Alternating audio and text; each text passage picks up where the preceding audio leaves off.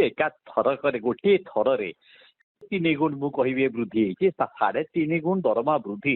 निश्चित भाव में ओडिशा भाया गोटे राज्य जी कि आर्थिक दिगु नाना समस्या रही सेतिक बेले विधायक मान जो 3.5 गुण दरमा बढ़े दिगला दरमा भत्ता मिसे जड़े जड़े प्राय 3.5 लाख टंका पाइबे एवं यहीटा हूँ गोटे बड़ कथा सारा भारत में यहाँ सर्वाधिक सबू राज्यर जब तुलनात्मक चित्र देखा ओडिशा विधायक दरमा भत्ता भारत में बर्तमान सर्वाधिक है आउ गोटे बड़ कथा हूँ जो पिछला भाव में पाइबे अर्थात वर्तमान जो सरकार शासन को आसला 17-18 मास पूर्वे से शासन आसवा से दिन ठार यहाँ पिछला भाव में हम या फल से बर्तमान 17-18 मास दरमा पुरुणा भाव में भत्ता सब लेखाएं पाइबे ताहले मु भावुची ये गोटे राजकोष उपर अत्यधिक चाप पड़ो एवं जन जड़े विधायक बर्तमान ये जो पुराणा एरिया जो बकेया ताको मिसेले जड़े 4-5 कोटी लेखाएं बर्तमान पाइबे तेणु 147 जन विधायक एवं सहित जदि आप देखे पूर्वतन विधायक बढ़ी समस्त बढ़ी यहाँ निश्चित भाव में गोटे आर्थिक बोझ एवं आप जाने राजनास्तार शिक्षक आंदोलन करुँच सरकारी भाव में आपण स्कूल कॉलेज रे ये ना बहुविध समस्या रही शिक्षक नहांती अध्यापक नहांती मेडिकल डाक्तर नहांती एवं माने जो जहाँ देखिए आप अनेक समय सबू पदपदवी खाली पड़ी नुआ पदवी पूरण होना अनेक आर्थिक जंजाल भितर आम अच्छे एतिक बेले यही सब जिनिस जो मैंने शासन दायित्व अच्छा जो मैंने शासन नियंत्रण करुँच जो मैंने आईन तैयारी करुँच से माने जदि निज निज भितर यही भाया भाव पदक्षेप नियंती यहाँ निश्चित राज्य उपर प्रचंड आर्थिक बोझ पड़ो ये संदेह ना। सर आपन जहाँ कहले विधायक माने ए नहीं थोड़े विचार करिवार उचित थिला कि आपन कौन कहे देखो विधानसभा शेष दिवस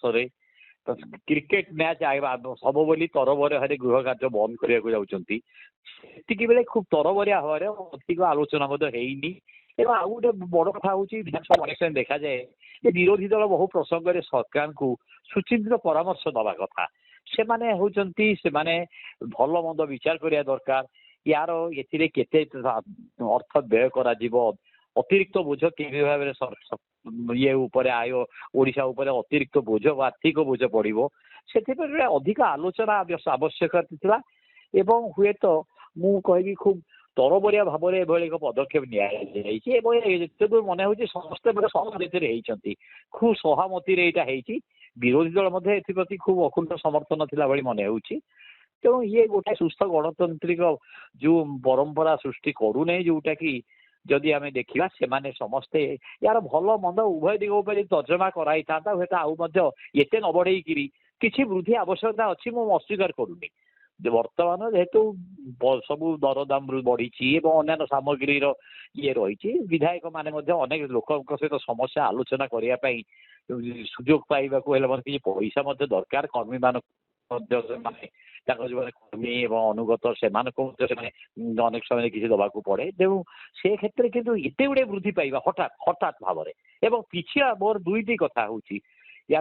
एत बढ़ेबा एत परिमाण एत अत्यधिक बोझ लदिबा एवं तार सहित एत पिछला भाव में पछुआ भाव में दबाटा पछुआ भाव नदेक आहरी अल्प किसी दिन हूँ 4 मास आगुरी दि जा पारता 6 मास पूर्व पिछला कि आप मूलू जो गत वर्ष 2024 जुलाई मासरू यहाँ लागू करने फल यहाँ हम ये बहुत गुड़े बर्तमान दबाक पड़ो यहाँ गोटे भावुची अधिक वितर्कर आवश्यकता रही ये रही सरी गृहित पारित तो हो तेणु हम कार्यकारी किंतु भविष्य यहाँ गोटे भाव में गोटे परंपरा गोटे सृष्टि न करू गोटे निजे जो मैंने निजे शासन तैयारी कर निजपाई सुविधा सुजोग को केते दूर ये करवा ठीक हम हो ना बोली मो मत। सर अनेक दिन आपण विधानसभा रिपोर्टिंग कर प्रथम आपण सर देखिए विधायक माने से कहते सेवा मनोवृत्ति नहीं ये लाइन के आसतु राजनीति के आसतु किंतु वर्तमान जो बीजेपी सरकार आसला गोटे 1.5 वर्ष 2 वर्ष बर्तमान 2 वर्ष पूर्ण होनी कि यार भितर से दरमा को पूरा देशर सबुठ अधिका दरमा पाउथवा राज्यर विधायक भाव मान्यता पाउछंती पुरुणा विधायक कथा और एबेंगार विधायक कथा नहीं आप कौन सर कहे ଦେଖନ୍ତୁ ମୁଁ ଯେତେବେଳେ 1973 ମସିହାରେ ରିପୋର୍ଟିଂ କରିଛି ସମାଜରୁ 73 ମସିହାରୁ ପ୍ରାୟ 53-52 ବର୍ଷ ହେଇଗଲାଣି। ତେଣୁ ଯଦି ଦେଖିବା ନିଶ୍ଚିତ ଭାବରେ ଏଇଟା ନିଶ୍ଚିତ ଭାବରେ ମୁଁ କହିବି ଏଇଟା କୌଣସି ପ୍ରକାର ମୁଁ ଯେତେବେଳେ ଦେଖିଲି ସେତେବେଳେ ବିଧାୟକ ମାନେ ପାଉଥିଲେ 500-600 ଟଙ୍କା ପାଉଥିଲେ ଏବଂ ସର୍ବାଧିକ ସେତେବେଳେ ସମୟ ବଢିଛି ଏବଂ ମୁଁ କହୁଛି ମହଙ୍ଗା ଯୁଗ ମଧ୍ୟ ହେଇଛି ଏବଂ ଆବଶ୍ୟକତା ହଉନି। କିନ୍ତୁ ମୁଁ ଭାବୁଛି ଏତେ ବଢିବା ଏବଂ ବିଭିନ୍ନ ଆଳରେ ଏଟାକୁ ବହୁଗୁଣିତ କରିବା କେତେ କ୍ଷେତ୍ରରେ ଏଇଟା ବହୁଗୁଣିତ ହେଇଛି। ଆପଣ ଦେଖନ୍ତୁ ଗ୍ରସ୍ତ ଖର୍ଚ୍ଚ କରାଯାଉ ଔଷଧ ପତ୍ର ଖର୍ଚ୍ଚ ହଉ ବିଭିନ୍ନ ସାମଗ୍ରୀକୁ ଯୋଉ କରାହେଇଛି ସେଇଟା ହୁଏତ ବୃଦ୍ଧିର ଆବଶ୍ୟକତା ଥିଲା କିନ୍ତୁ ସେ ବୃଦ୍ଧିର ମାତ୍ରା ଅଧିକ ଖୁବ ହେଇଛି ଏବଂ ଏଥିପାଇଁ ଅଧିକ ଆଲୋଚନା ମଧ୍ୟ ଆବଶ୍ୟକତା ଥିଲା। ଏଥିରେ କୌଣସି ସନ୍ଦେହ ନାହିଁ। ଅଧିକ ଆଲୋଚନା ବିତର୍କର ମଧ୍ୟ ଆବଶ୍ୟକତା ଥିଲା ଯୋଉଟା ହେଇନାହିଁ ଏବଂ ବିଶେଷ କରି ଅନେକ ଗୁଡେ ସମସ୍ୟା ଆପଣ ଲକ୍ଷ୍ୟ କରିବେ ଅନେକ ସମସ୍ୟା ରହିଛି ଦେଶରେ ଆମ ରାଜ୍ୟରେ ଅନେକ କ୍ଷେତ୍ରରେ। ଆପଣ ମୁଁ ଯାହା କହୁଥିଲି ଡାକ୍ତରଖାନା ନାହାନ୍ତି, ସ୍କୁଲ କଲେଜ ଶିକ୍ଷକ ନାହାନ୍ତି, ନୂଆ ଯୋଉ ପଦପଦବୀ ଖାଲି ହଉଛି ସେ ପଦବୀ ପୂରଣ ହଉନାହିଁ। ଆପଣ ସଂସ୍କୃତି ବିଭାଗ ଗୋଟେ କଥା କହୁଛି, ସଂସ୍କୃତି ବିଭାଗରେ ଆପଣ ଦେଖନ୍ତୁ ବର୍ତ୍ତମାନ କେତେ ପଦବୀ ଖାଲି ପଡିଛି ତାର ଗୋଟେ ଆପଣ ପରିସଂଖ୍ୟାନ ନେବେ ବିଭିନ୍ନ ବିଭାଗ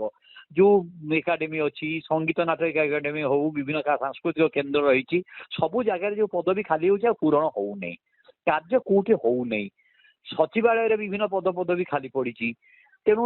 ଆମେ ସେ ଦିଗରେ ଧ୍ୟାନ ଦବା କିଭଳି ଶାସନ ଗୋଟେ ସୁଶାସନ ଦବା। ଇଏ ସରକାର ଆସିଥିଲା ଗୋଟେ ଲୋକଙ୍କ ସରକାର ଇଏ ନିଶ୍ଚିତ ମୁଁ ଅସ୍ୱୀକାର କରୁନି। ଲୋକଙ୍କ ସରକାର ଲୋକଙ୍କ ଭୋଟ ପାଇ ଆସିଛି, ଲୋକଙ୍କ ସମର୍ଥନରେ ଆସିଛି ଏବଂ ସେମାନଙ୍କ ଲୋକଙ୍କ ଆଶା ମଧ୍ୟ ବହୁତ ବଢିଛି ଏବଂ ସେମାନେ ଗୋଟେ ପ୍ରଶାସନଠୁ ଗୋଟେ ଚାହୁଁଛନ୍ତି ଯେ ସେ କିଭଳି ଉତ୍ତରଦାୟୀ ଶାସନଟିଏ ସେମାନେ ଚାହୁଁଛନ୍ତି ସରକାର ଏବଂ ସେ ଦିଗରେ ଯଦି ଆମେ ଧ୍ୟାନ ଦିଅନ୍ତା ଏଇ ଯୋଉ ସବୁ ପଦବୀ ପୂରଣ ହୁଅନ୍ତା ଏବଂ ବିଭିନ୍ନ ବିଭାଗର ଯୋଉ ସମସ୍ୟା ସବୁ ରହିଛି ସେଗୁଡାକ ଦୂର କରି ଦିଆଯାଇ ପାରନ୍ତା। ରାସ୍ତାଘାଟ କ୍ଷେତ୍ରରେ ଆପଣ ଯଦି ଦେଖିବେ ବହୁତ ରାସ୍ତାଘାଟ ଅନ୍ୟ ରାଜ୍ୟ ତୁଳନା ଭଲ ଅଛି ଏଇଟା ମୁଁ ଅସ୍ୱୀକାର କରୁନି କିନ୍ତୁ ତାପରେ ଏଭଳି ଦୁର୍ଗମ ଅଗମ୍ୟ ଅଞ୍ଚଳ ରହିଛି ଆପଣ ଦେଖିଥିବେ ଅନେକ ସେ ଝୁଲା ପୋଲରେ ଲୋକ ଯାଉଛନ୍ତି, ବିପଦ ସଂକୁଳ ଅବସ୍ଥାରେ ଯାଉଛନ୍ତି, ପ୍ରସୂତି ଯାଉଛନ୍ତି, କାନ୍ଧରେ ଇଏ ହେଇକି ବ୍ରିଜ ନାହିଁ, ସେତୁଟିଏ ନାହିଁ, ବୁହା ହଉଛନ୍ତି, ଶବ ପାଇବା ପାଇଁ ଆମ୍ବୁଲାନ୍ସ ନାହିଁ, ପହଞ୍ଚି ପାରୁନି, ଦୁର୍ଗମ ଅଗମ୍ୟ ରାସ୍ତା ସବୁ ରହିଛି। ତେଣୁ ସେଥିପ୍ରତି ଆମେ ଯଦି ଧ୍ୟାନ ଦିଅନ୍ତେ ସେଇଟା ଗୋଟେ ସୁଶାସନ ଆମେ କହନ୍ତେ ଲୋକ ମଙ୍ଗଳକାରୀ ଏଇଟା ସରକାର ଏଇଟା ଦାୟିତ୍ୱ। କିନ୍ତୁ ସେ ନ କରି ଯଦି ଆଗ ଧ୍ୟାନ ଦେବେ ତରବରିଆ ବିଧାନସଭାର ଯଦି ନିଜ ଦରମା ବୃଦ୍ଧି କରିବେ, ପୂର୍ବତନ ବିଧାୟକ ଅନେକ ସୁବିଧା ହାସଲ କରିବାକୁ ଉଦ୍ୟମ ଗୋଟେ ହେଲା ଯେଭଳି ଭାବରେ ନିଶ୍ଚିତ ଏଇଟାକୁ ଲୋକେ ଅନ୍ତତଃ ମୁଁ ଭାବୁଛି ଏଇଟା ସାଧାରଣ ଲୋକଙ୍କୁ ଏଇଟା ସନ୍ତୁଷ୍ଟ କରିପାରିବନି ଏବଂ ଏଇଟା ଫଳରେ ରାଜ୍ୟ ରାଜକୋଷ ଗୋଟେ ଖୁବ୍ ତା ଉପରେ ବଡ ବୋଝ ଉପରେ ପଡିଛି।